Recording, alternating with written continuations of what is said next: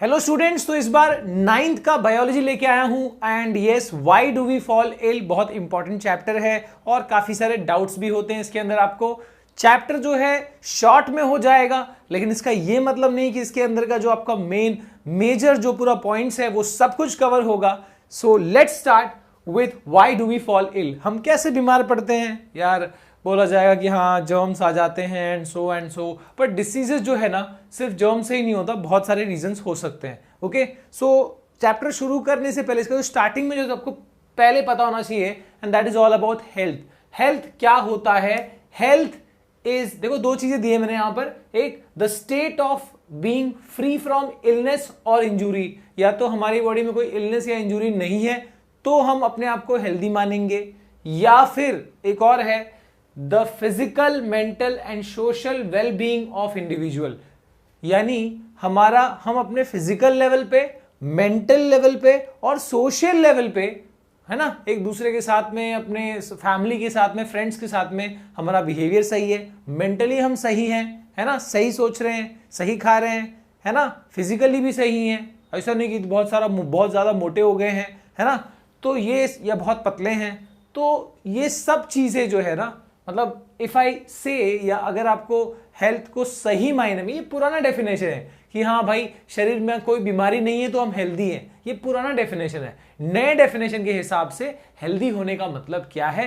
Healthy होने का मतलब है कि हम फिजिकल लेवल पे भी फिट हैं, मेंटल लेवल पे भी फिट है और सोशल लेवल पे भी हमारा वेल बीइंग एकदम बेस्ट है, तो ऐसे में हम अपने आप को हेल्दी कहेंगे। ओके, अब यहां पर बात आती है बैड हेल्थ की। बैड हेल्थ जब कहा जाता है ना, तो इसका यह मतलब नहीं कि शरीर में कोई बीमारी है, तो ऐसे जरूरी नहीं कि हमेशा हम उसी पॉइंट पे बैड हेल्थ कहेंगे, है ना। बीमारी है तो बैड हेल्थ होगा ऑब्वियसली, पर उसके अलावा भी नॉर्मली भी हम ये चीज यूज कर सकते हैं। जैसे मान लो कि आज मैं ये वीडियो बना रहा हूं, अगर मेरे को सर्दी हुई होती तो शायद मैं नहीं बना रहा होता, है ना, या इतना अच्छे से नहीं बना पा रहा होता, सो दैट इज, वो मेरा बैड हेल्थ होता, है ना। आप अगर ये वीडियो देख रहे हो, आप अगर पूरा कॉन्सेंट्रेट कर पा रहे हो क्योंकि आपका हेल्थ अच्छा है ना। आपको सर्दी हो रही होती, बलगम निकल रहा होता, तो आप कैसे प्रॉपर्ली देख पाते, समझ पाते, है ना, तो आप उस कंडीशन में आप बैड हेल्थ में होते, है ना। तो जरूरी नहीं है कि हाँ हमको सर्दी खांसी हो तो ही हम बैड, मान लो कि तुमको पैर में चोट लग गई है ना, छोटा सा एक्सीडेंट हो गया है, तो ऐसे में ये सब चीजें बैड हेल्थ की निशानी है। ओके, कोई सिंगर है, उसका गला खराब हो रहा है और वो प्रॉपरली सिंगिंग नहीं कर, that is a bad health for, है ना। हर चीज, हर एक के लिए उनके प्रोफेशन के हिसाब से बैड हेल्थ होता है। एक क्रिकेटर है, वो अगर कुछ रीजन से अगर वो खेल नहीं पा रहा, है ना, समझो कि उसके कोच ने या फिर जो वहां पे मेडिकल टेस्ट वाले हैं वो लोगों ने बोला कि नहीं, इनका हेल्थ सही नहीं है, ये फिट नहीं है खेलने के लिए, तो बैड हेल्थ है उसके लिए। तो यहां पर बैड हेल्थ का मतलब सिर्फ जरूरी नहीं कि हमेशा डिसीज होना ही बैड हेल्थ की निशानी है। ओके, यहां पर बात करते हैं डिसीज की। डिस ईज को तोड़ते हैं वर्ड को, दो चीजें हैं, डिस ईज। डिस मतलब नॉट और ईज का मतलब कंफर्ट, यानी if the body is not in the comfort zone तो हम नॉर्मली, मतलब इसी से डिसीज ये वर्ड बना, पर ऐसा इसका ये मतलब नहीं कि इसको हम डिसीज कहेंगे। हाँ भाई आज मैं कंफर्ट जोन में नहीं लग रहा, ठीक है, मेरा थोड़ा सा सर दर्द हुआ है, तो इसका मतलब नहीं कि मेरे को डिसीज हुआ है, ठीक है। मतलब ये कहा जा रहा है कि वर्ड बना कैसे है उसके बारे में बताया जा रहा है। इसके बाद मूव करते हैं कि ये डिसीज कितने टाइप्स के हो सकते हैं, ठीक है।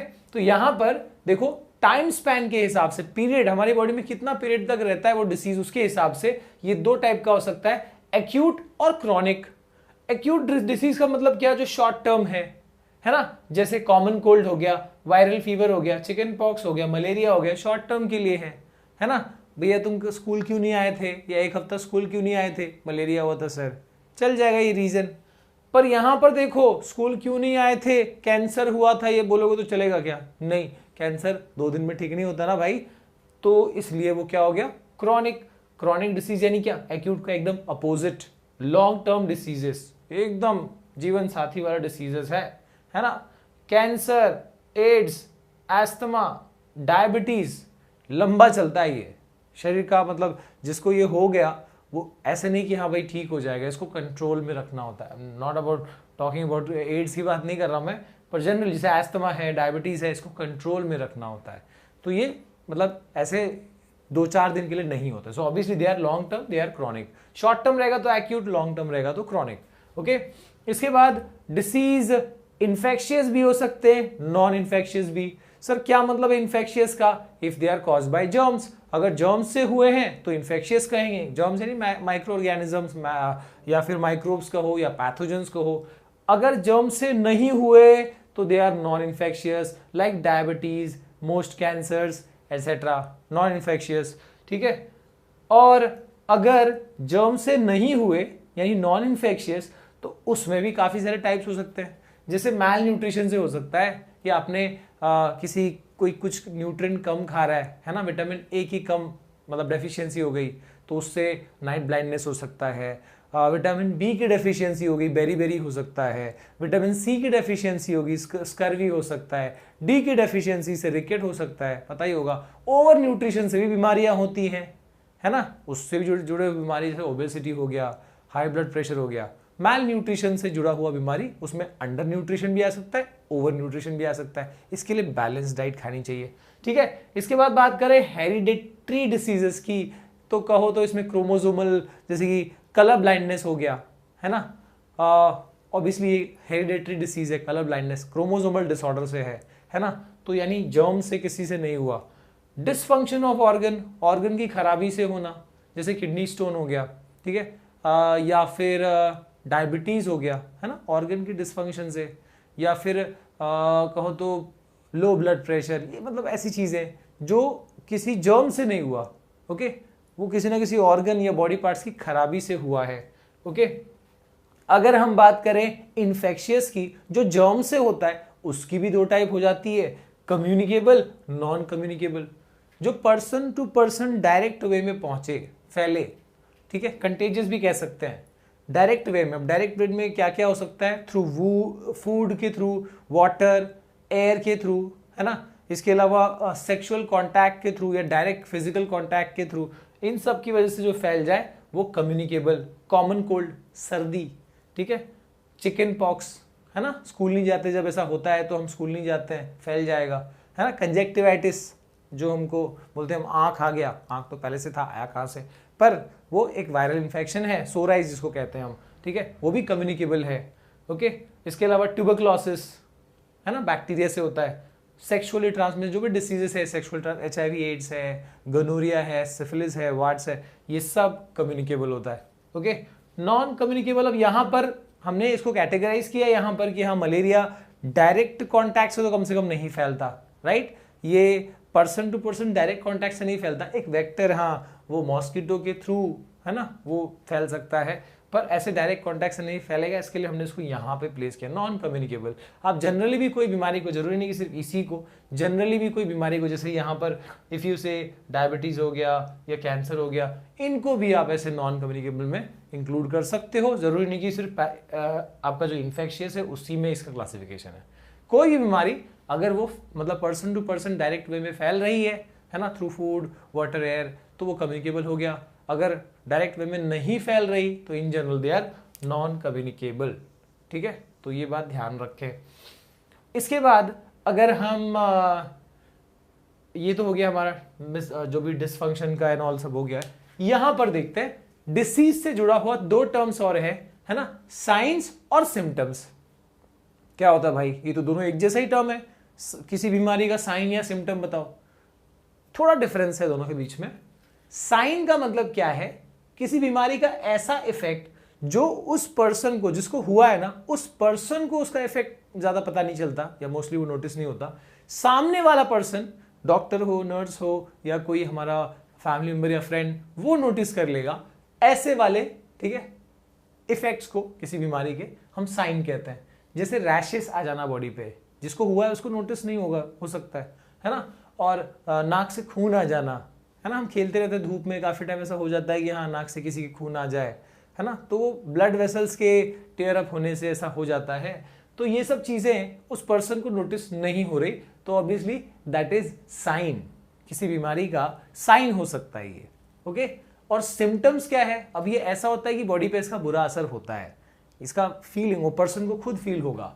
इफेक्ट ऑफ दोज, है ना, effects of diseases that can be felt by the individual himself और हरसेल्फ, है ना, हेडेक हो गया, फटीग हो गया, बॉडी पेन, है ना, तो ये सब चीजें क्या होती है, ये सब उस पर्सन को ही पता चलेगी। हेडेक तो सामने को दिखेगा नहीं कि हाँ भाई क्या है, देखो हेडेक हो रहा है क्या, ऐसा तो नहीं दिखेगा, क्या आपको हेडेक हो रहा है? ऐसा नहीं दिखेगा ना। हेडेक तो पर्सन को खुद फील होगा जिसको हो रहा है। तो ऐसी चीजें जो पर्सन को खुद उसका इफेक्ट पता चल रहा है, उसको तकलीफ हो रही है, दैट इज ऑल सिम्टम। और अगर ऐसा इफेक्ट है जो उसको उसका उतना बैड इफेक्ट नहीं है उसकी बॉडी पे, उसको दिखाई नहीं दे रहा है ना, सामने वाला उसको नोटिस कर पा रहा है, उसको हम साइन कहेंगे।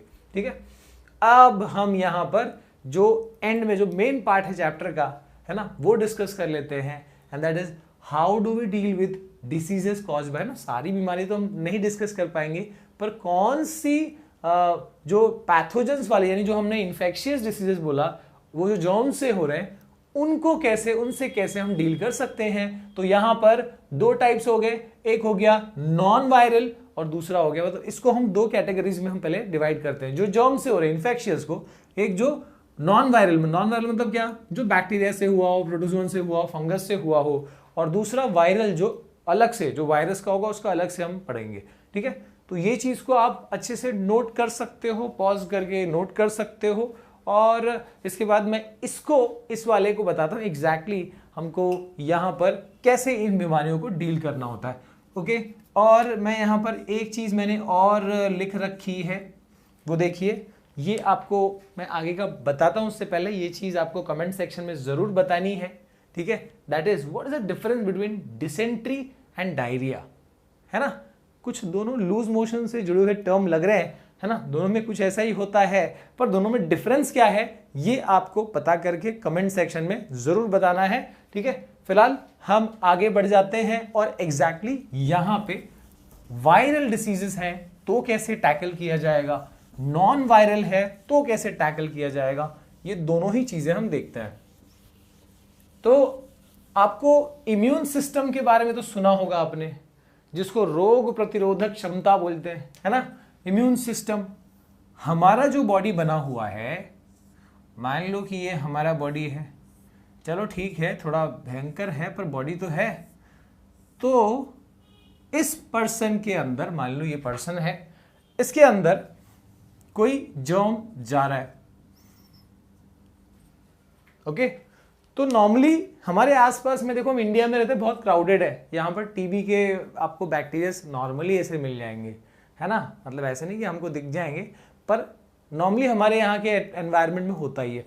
तो ये जर्म्स जा रहे हैं पर नुकसान क्यों नहीं कर पा रहे, क्योंकि हमारी बॉडी में अपने आप से जो एक इम्यून सिस्टम है ना, इम्यून सिस्टम जो डिसीज से लड़ने का एबिलिटी है ना, इसमें कौन है मेन, WBC है।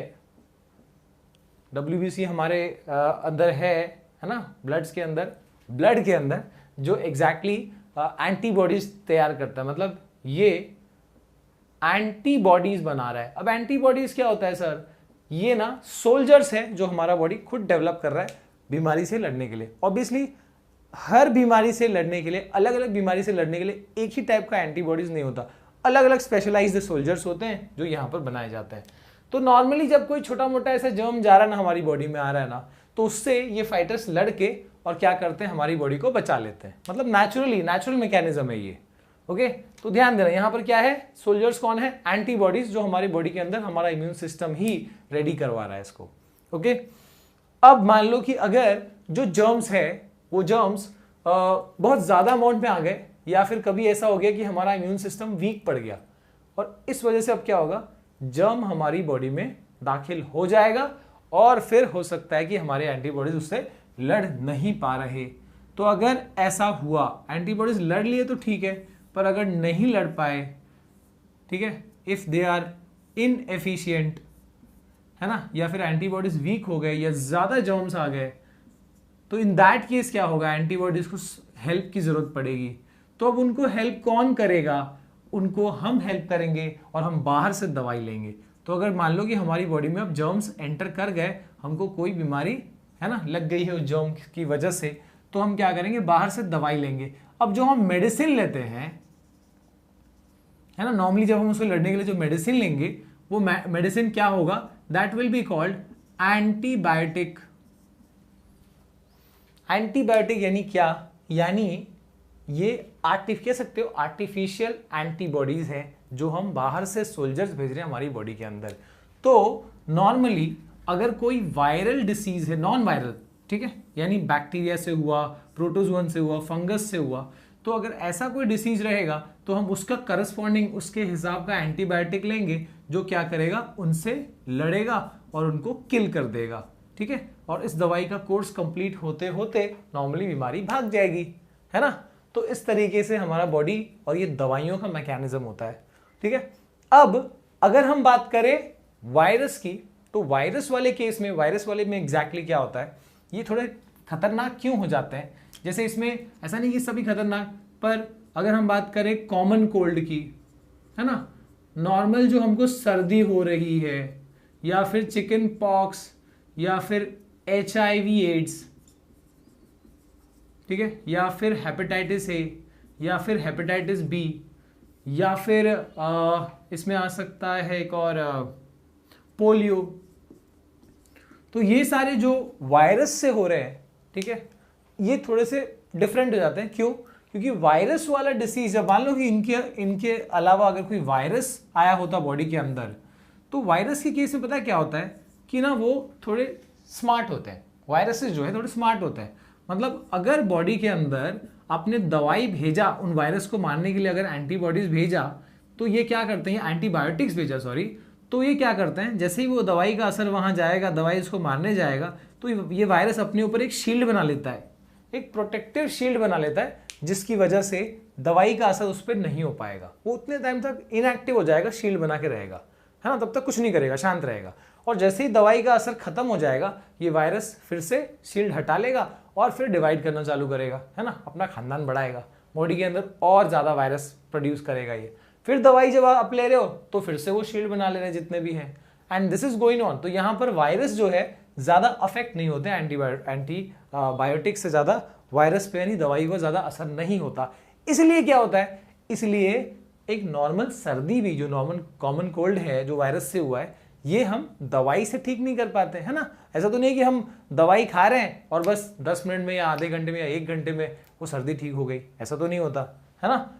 दवाई लेते हैं हम उस दौरान, लेकिन वो हमको हमारी बॉडी को एनर्जेटिक फील कराने के लिए होता है, ना कि वो हमारा बॉडी के वायरस को मार देता है। नहीं तो सर्दी हमको जितना टाइम लगने वाला है उतना टाइम में बेसिकली वो ठीक होता है, क्योंकि वो वायरस से हुआ है। इतना जल्दी वायरस रेस्ट से हमारी बॉडी से ज़्यादा जाता है और दवाइयों का पूरा कोर्स करना पड़ता है ना। हम वायरल फीवर की भी बात करें, दवाइयों को पूरा कोर्स कंप्लीट करना है, बीच में छोड़ दोगे तो कंप्लीट ठीक से नहीं होगा, है ना।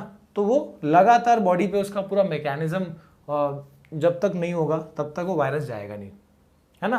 तो इस तरीके से यहाँ पर वायरस जो है ज्यादा एंटीबायोटिक, ज्यादा दवाई जो है वायरस को अफेक्ट नहीं कर पाती, है ना। अगर हम यहाँ पर बात करें पोलियो, अब पोलियो, और यहाँ पर एक बहुत इंपॉर्टेंट चीज की डिस्कशन होगी, and that is immunisation. Immunisation exactly क्या है, बहुत इंपॉर्टेंट क्वेश्चन है दोस्तों। यहाँ पर देखना, ये फाइनल चीज हमको लास्ट में देखनी है, and that is immunisation. Now what is immunisation? Immune system तो बता ही दिया मैंने क्या होता है एग्जैक्टली। तो हमारे इम्यून सिस्टम को बेवकूफ बना के उसको स्ट्रांग बनाना, ये क्या बात हुई सर, बेवकूफ भी बना रहे हो उसको स्ट्रांग भी बना रहे हो, ऐसे कैसे होगा, देख लेते हैं ना भाई। तो यहां पर जैसे मान लो एक बच्चा पैदा हुआ, नन्ना मुन्ना छोटा सा, हाँ चलो बढ़िया बच्चा बन गया। तो अब ये जो बच्चा है, अब ये तुमको पता है कि इसको पोलियो का ड्रॉप्स दिया जाता है। पोलियो का ड्रॉप्स क्यों दिया जाता है और बड़े लोगों को पोलियो का ड्रॉप क्यों नहीं दिया जाता, देखते हैं। तो पोलियो का जो ड्रॉप होता है ना, वो एग्जैक्टली क्या कंटेन करता है, उसके अंदर क्या होता है। तो उसके अंदर है ना पोलियो के वायरस ही होते हैं, है ना। हीट किल्ड कह सकते हो या फिर डेड वायरस। पोलियो के वायरस है लेकिन जिंदा वायरस नहीं पिलाए जा रहे। सोचो यार, पोलियो का हम ड्रॉप पी रहे थे, पता नहीं था उसमें पोलियो का वायरस था, ठीक है, पर वो डेड वायरस था। अब उससे क्या हो रहा है सर, उससे बॉडी के अंदर जब वो पोलियो का वायरस जा रहा है उस बच्चे की बॉडी के अंदर, तो क्या हो रहा है, उसकी बॉडी को क्या फील हो रहा है, इम्यून सिस्टम को क्या फील हो रहा है कि अरे यार पोलियो का वायरस आ गया, अब इससे लड़ना है। इससे लड़ना है तो क्या है, इसके लिए एंटीबॉडीज तैयार करो। और ये एंटीबॉडीज तैयार करेगा बॉडी, लेकिन उतना एफिशिएंट नहीं होगा। पहली बार पोलियो का वायरस गया है, उतना एफिशिएंटली वो एंटीबॉडीज तैयार नहीं करेगा। चलो कोई बात नहीं, पर थोड़ा तो प्रैक्टिस हुआ, है ना। हम क्या करें, बॉडी को मूर्ख बना रहे हैं। अगली बार फिर से पोलियो का वायरस जाएगा। कौन सा वायरस? जो हम ड्रॉप के फॉर्म में दे रहे हैं, है ना। एक बार तो पोलियो ड्रॉप नहीं पिलाया था, है ना। तो नेक्स्ट टाइम जब पोलियो का ड्रॉप दिया जाएगा तो क्या होगा, तो फिर से बॉडी को वही फीलिंग आएगी, फिर वो इस बार थोड़ा ज़्यादा प्रैक्टिस हो जाएगी, फिर वो ज़्यादा एंटीबॉडीज बनाएगा और ज़्यादा हैबिचुअल हो गया। और ऐसा करते करते जितनी बार भी पोलियो का ड्रॉप दिया जाएगा, यानी ये नकली वायरस भेजा जाएगा, उतनी बार बॉडी जो है उतना एफिशिएंट होता जाएगा इस वायरस के खिलाफ एंटीबॉडीज तैयार करने में। और इस मैकेनिज्म को, बॉडी के सिस्टम को, इम्यून सिस्टम को बेवकूफ बनाने के मैकेनिज्म को, है ना, फूल करने की मैकेनिज्म को और उसको स्ट्रॉन्ग करने की मैकेनिज्म को हम क्या कहते हैं? This is called immunisation. ठीक है। तो एग्जैक्टली यहां पर हर एक वायरस के तो ऑब्वियसली नहीं किया सकता, पर जो अब क्योंकि पोलियो बहुत भयंकर वाला है, क्या होता है कि बच्चे को अगर पोलियो का ड्रॉप नहीं दिया गया तो क्या होगा कि वो बड़ा होता रहेगा, उसकी लाइफ में कभी पोलियो का वायरस आया तो उसका जो बॉडी पार्ट्स है, हाथ पैर, ये ग्रो करना बंद कर देगा, उसकी लाइफ बेकार हो जाएगी। ठीक है। इसके लिए पोलियो का ड्रॉप देना बहुत ज़रूरी है। ठीक है। तो जो भी लोग देख रहे हैं अपने आसपास के लोगों को अवेयर करिए इस बारे में। Okay, so this was immunisation and this was about why do we fall ill. तो 9th स्टैंडर्ड स्टूडेंट्स, अगर आपको बायो के और चैप्टर्स चाहिए तो कमेंट सेक्शन में बताइए कौन से चैप्टर चाहिए, हम सब करेंगे।